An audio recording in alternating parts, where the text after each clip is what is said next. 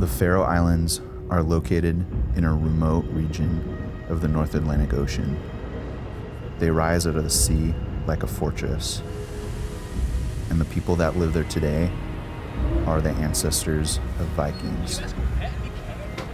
For centuries, they've survived in spite of harsh weather and thin resources. Massive storms blast swell directly into these islands. For us, it seemed like a sure bet to find surf. It was on the verge of winter that we organized a trip to see what secrets these islands might be guarding.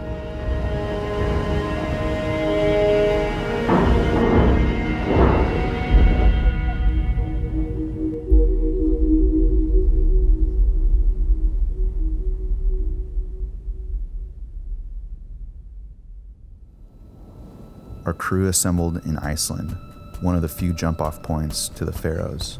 I met up with Chris Burkard and local surfer and artist Ellie Thor Magnuson as they returned from a week documenting Iceland's wild landscapes. Not long after, Dane Gudauskas, Justin Quintal, Sam Hammer, and Tyler Warren also met up with us. Ellie gave a warning. The Faroes have strange traditions that date to medieval times. It'd be like stepping into another world. But how weird could it be? We boarded a small flight the next morning, and we were on our way. Gigantic cliffs surround these islands on all sides. Waterfalls plunge directly into the ocean, and of course, there's the possibility we might discover new surf setups. So we wasted no time in getting on the road. I don't know how people in this country could fit back here.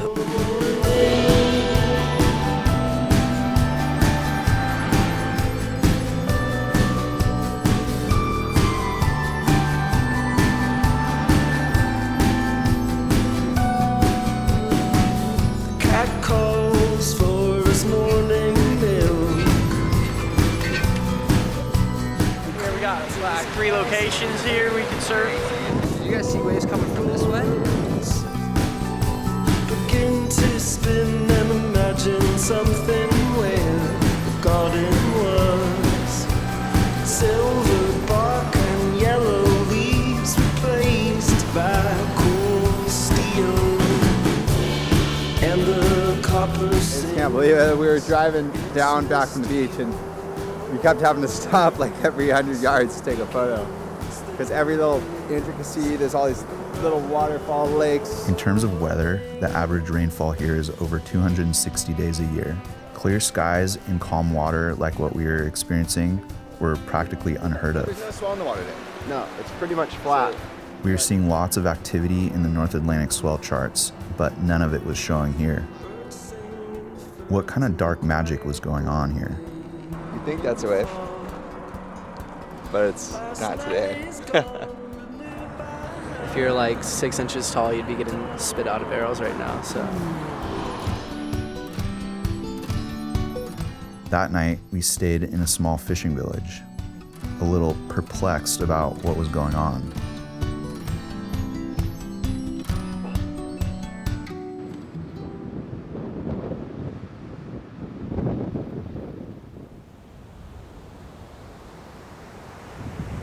In the morning, we explored deep into the inlets of the main island.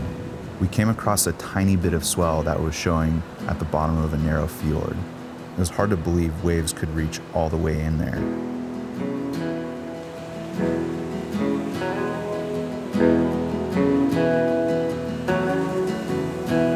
Sun come down, warm me now, warm this cold, cold heart of mine.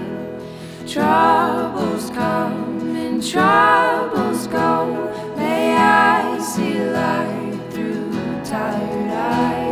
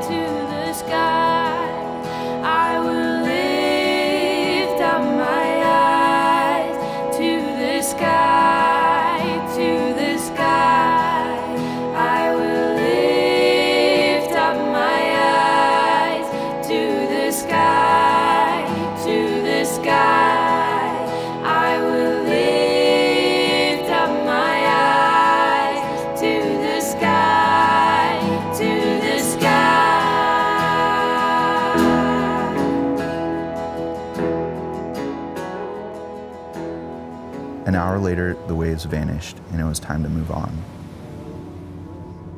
We boarded a ferry to check out a neighboring island. It seemed like its more gradual terrain and open coastline might be a better bet. Since we got here, it's been like beautiful weather, which probably doesn't translate into great swell, so it's just been a cool kind of opportunity to see the land in all its beauty. The Faroe Islands are made up of 18 jagged islands. They're connected by bridges, ferries, helicopter shuttles, and undersea tunnels. Located midway between Iceland, Norway, and Scotland, they rise out of the sea like a giant castle.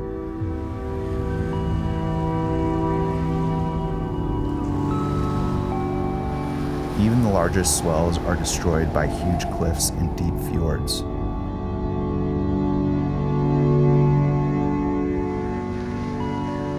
You know, there's not a lot of potential to get down some of those cliffs, but in saying that, that's what kind of makes it captivating when you're surfing amongst those kind of things.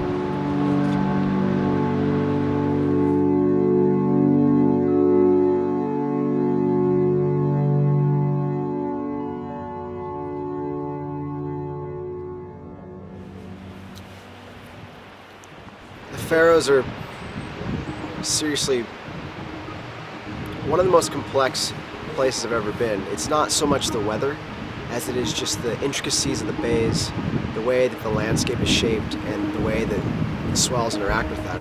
The challenges are kind of probably what make the rewards so special, you know? It's kind of, you have to have patience, there's no guarantees, it's unruly, it's stormy, maybe there's no beach access, so you're kind of like, you're always kind of looking for a way.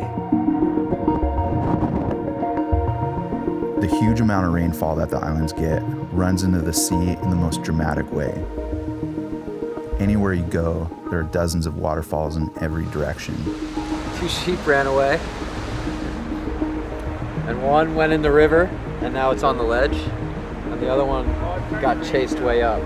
It was a crazy glimpse of daily life here, the hazards that people were accustomed to on a daily basis. On an island that is more steep than it is flat, every inch of viable space has been put to use. Houses are tightly packed together, and some of the farmers even keep their sheep in rooms that are attached to their homes. We've just been learning so much since we've been here. It's like, through all the people, I feel like they've slowly been sharing their culture with us, so our eyes have been getting opened. It's like every day. They come all the way off. Big swells, like big? Yeah, very, very, very big. Really? They fill it all up there. That afternoon, a local storm kicked up wind swell. Right now. Let's go check that other place, because that seemed bigger yesterday. I mean, there's waves in the middle, too, that are kind of hollow.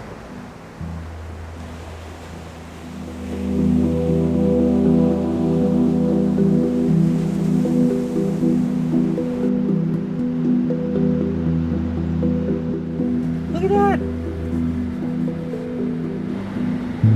There's a seal. There's a big seal.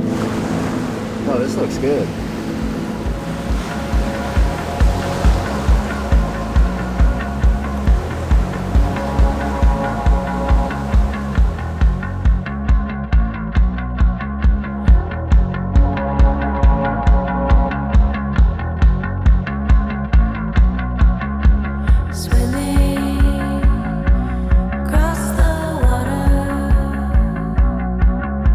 She slows, half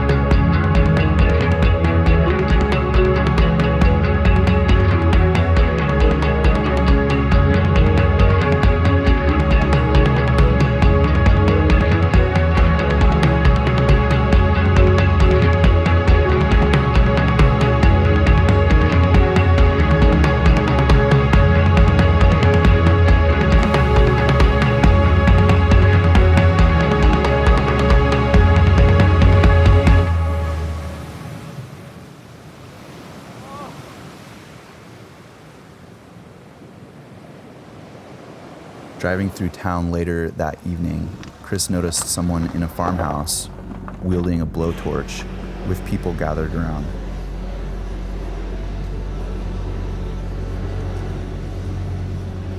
It's a real interesting lifestyle that they live, because they basically live off the land to a high level, farming their own sheep. Ellie informed us that the farmers were preparing a Faroese meal, sheep's head. Once the wool is removed, the head is eaten whole, including the eyes. The islands don't support agriculture because the terrain is so steep and rocky, which leaves mostly fish and lamb as dietary staples. The Faroese people also practice a visceral whale slaughter known as the grind, a tradition that's weathered plenty of controversy from outsiders. You know, there's kind of a dark side to the culture with, you know, there's a little bit of this death kind of morbid vibe, but then you come here and you realize that, you know, if you look at the pictures, it's a little bit creepy. Like, see people killing whales or sheep with a smile on their face, and there's something odd about that. But you come here and you see how raw and how cold and how harsh the conditions are, and you really have to respect that as part of their culture, and you realize that they're doing this to survive and they're getting ready for the cold months ahead. And you know, they're on little islands, and yeah, there's ferries that connect them and they get food and goods shipped in, but the conditions are so raw and so gnarly here that if they can't get those goods, or if a ferry does crash or a road gets iced over, they're preparing for worst case scenario.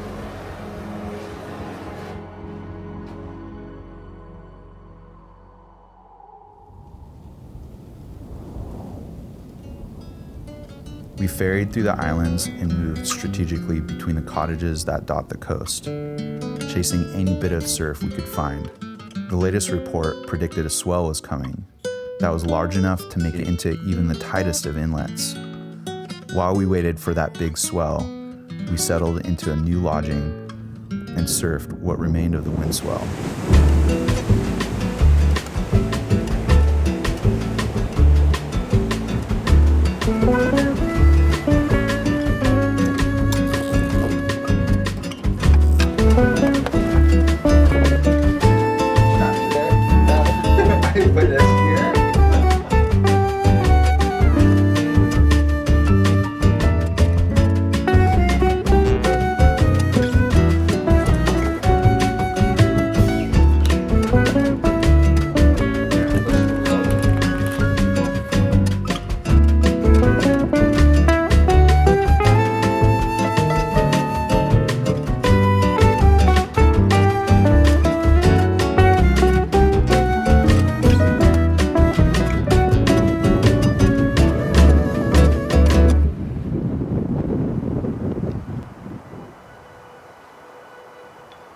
There's a remote spot on the map that looked like a great setup for a wave.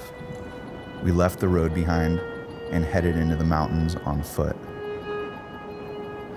But we soon realized the spot was inaccessible for us. Come here and it's like nothing I've ever seen before. There's such limited access. You come to a surf spot that looks amazing, but there's, 700-foot tall cliff below you in the spot. So that presents challenges that I just don't think that we were ready to face. Back on the road, we set out to find the best place to be when the big swell arrived. As we drove to the other side of the island, a farmer's truck blocked the road.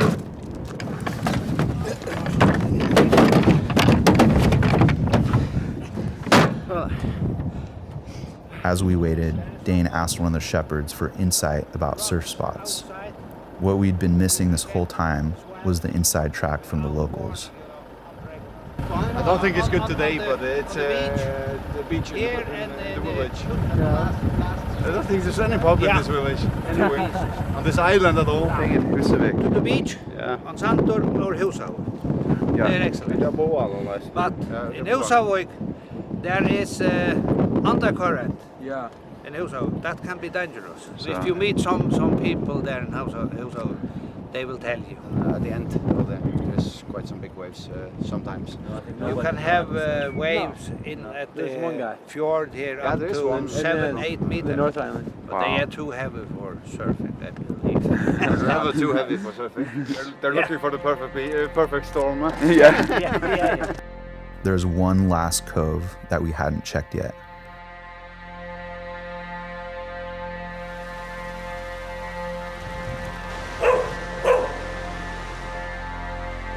A place where a lake flows out to sea through a crack between two mountains and creates a protected sandbar.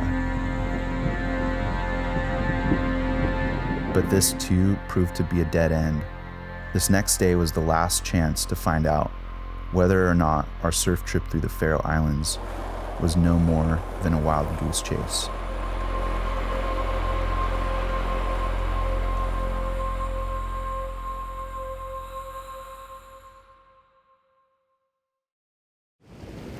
Basically, we drove through the night last night and showed up at this cool little house. Woke up and there's this beautiful valley behind us. We're in a cove where we think there's waves.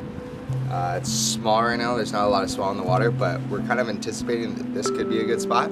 So we have our fingers crossed, but we have no idea really. After weeks of scouring these islands, we still hadn't gotten a handle on the wind and weather patterns. The secluded fjord was our final roll of the dice.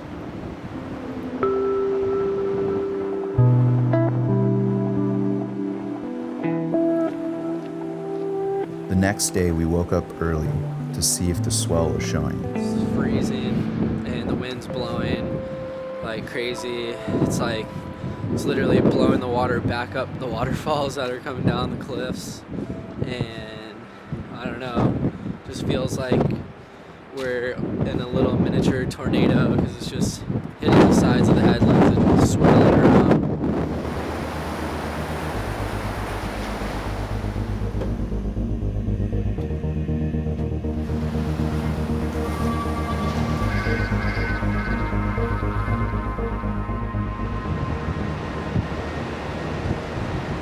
I got out here and I was like, saw way more whitewater and I saw stars. I came back to the house, I ran back, and I'm like, guys, it's bombing!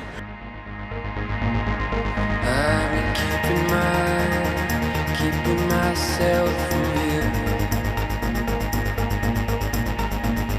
Hoping you just come to. Holes in the bridge, downwind, some drifting fire. This future's go well, this one it seems fine. Morning and evening dissolve.